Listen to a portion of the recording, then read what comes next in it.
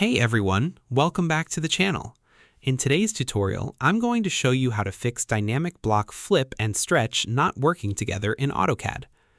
If you've ever created a dynamic block with both a flip action and a stretch action, you've probably noticed a frustrating problem.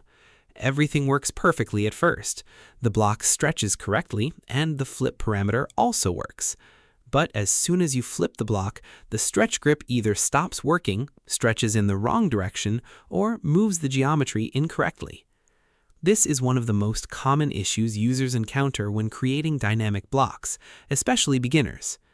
The good news is that the problem is usually caused by how the stretch action was defined during block creation and can be fixed with a few adjustments. First, open the block editor by typing bEdit and pressing Enter.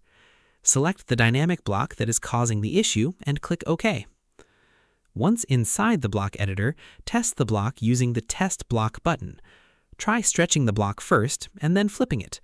If the stretch action behaves incorrectly after flipping, you'll need to inspect the relationship between the flip parameter and the stretch action.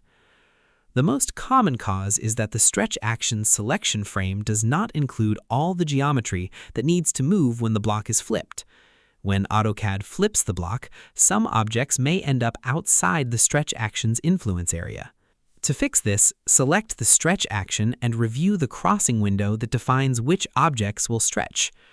Make sure all relevant geometry is included within the stretch selection set. If necessary, delete the existing stretch action and recreate it. When recreating the stretch action, carefully define the stretch frame. The crossing window should include only the objects that need to move during stretching, while excluding objects that should remain fixed. Selecting the correct objects is critical for reliable behavior after flipping.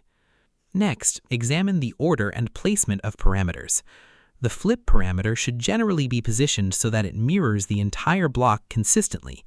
If the flip axis is placed incorrectly, the stretch action may calculate distances from the wrong side after the block is flipped.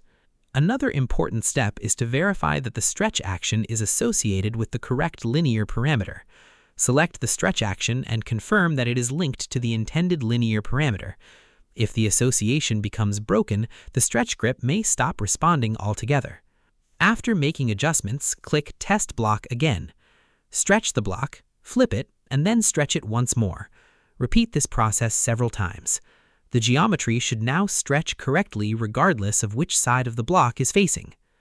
If problems still occur, consider rebuilding the dynamic components from scratch. Sometimes older actions become corrupted or were originally configured incorrectly.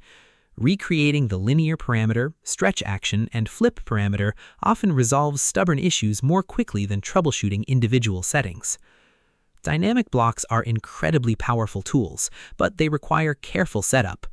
By properly defining stretch frames, verifying action associations, and testing the block thoroughly, you can ensure that flip and stretch actions work together exactly as intended. If you found this tutorial helpful, don't forget to like, leave a comment, and subscribe to the channel for more AutoCAD tutorials. Thanks for watching, and see you in the next video.